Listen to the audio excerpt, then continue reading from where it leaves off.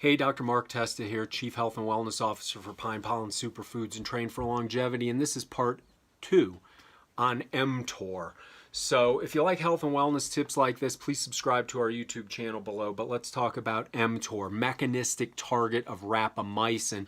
I talked about this in a previous video where it's a nutrient sensor stimulated by glucose, insulin, and certain amino acids found in largely animal protein.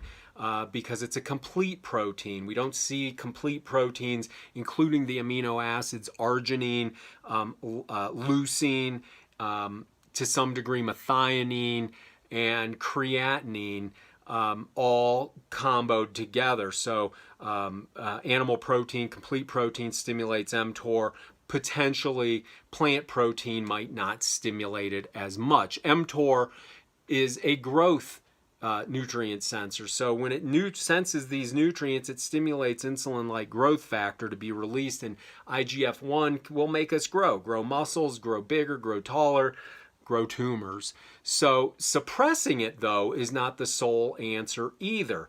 So there's a balance somehow struck between how we can live a healthy life for healthy longevity versus living fast and burning out by kind of over-consuming and overdoing. So that said, let's talk about inhibiting, the inhibition of mTOR to prevent all this growth from occurring. Inhibition may not delay aging itself, but it may delay age-related disease. Autophagy can be stimulated when mTOR is inhibited. And we can inhibit mTOR with calorie restriction, with fasting, with protein restriction. So when we do that, autophagy, the cellular cleanup of our body, kicks into higher gear. And that's a good thing on a periodic basis. We've also seen, I've seen in studies where there's a beneficial effect of protein restriction, even though they were feeding the rodents sugar. 95% of their diet was sugar.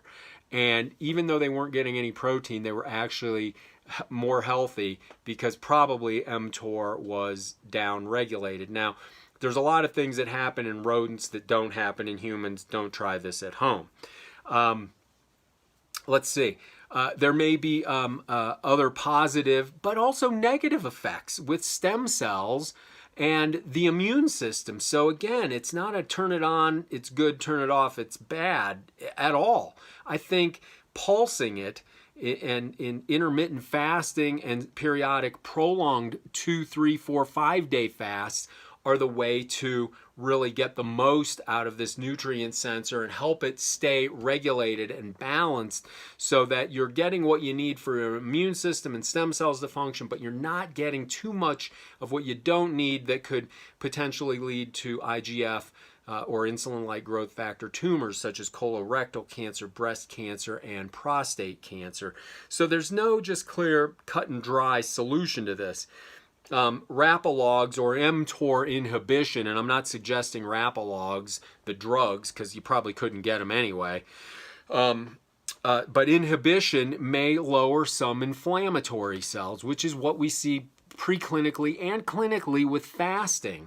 So we're down-regulating this nutrient sensor and we're getting some improvement in our inflammatory markers in our body.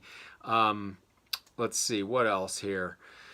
Rapamycin may prevent metabolic stress and delay cellular senescence. As the cells get older and they just stop dividing, they release chemicals to the surrounding cells that may not be very beneficial for them, and that's part of the whole aging process. So pulsing, again, inhibiting mTOR may be beneficial for slowing down cellular senescence. And so, again, what are the things that inhibit it? Calorie restriction, protein restriction, glucose restriction, fasting, not eating for several days. So there is not really a good anti-aging pill. Rapamycin or Rapalog drugs are not going to be the magic answer to necessarily, living to 110. But, periodic fasting or intermittent fasting and occasional protein restriction where mTOR is not stimulated constantly would be ideal. But here's the thing. In the United States, 42% of Americans now are obese, which means we're eating too much, too often, probably too many refined things, too many processed foods, upregulating our insulin and glucose levels to an extremely high level. We already know this with diabetes and 90 million pre-diabetics, that this is overstimulating this mTOR pathway. It may be leading to why we see obesity and diseases of aging related to inflammation to the degrees that we see diabetes, cardiovascular disease, dementia, and arthritis. So there's some play here with too many calories and just stimulating this thing too much.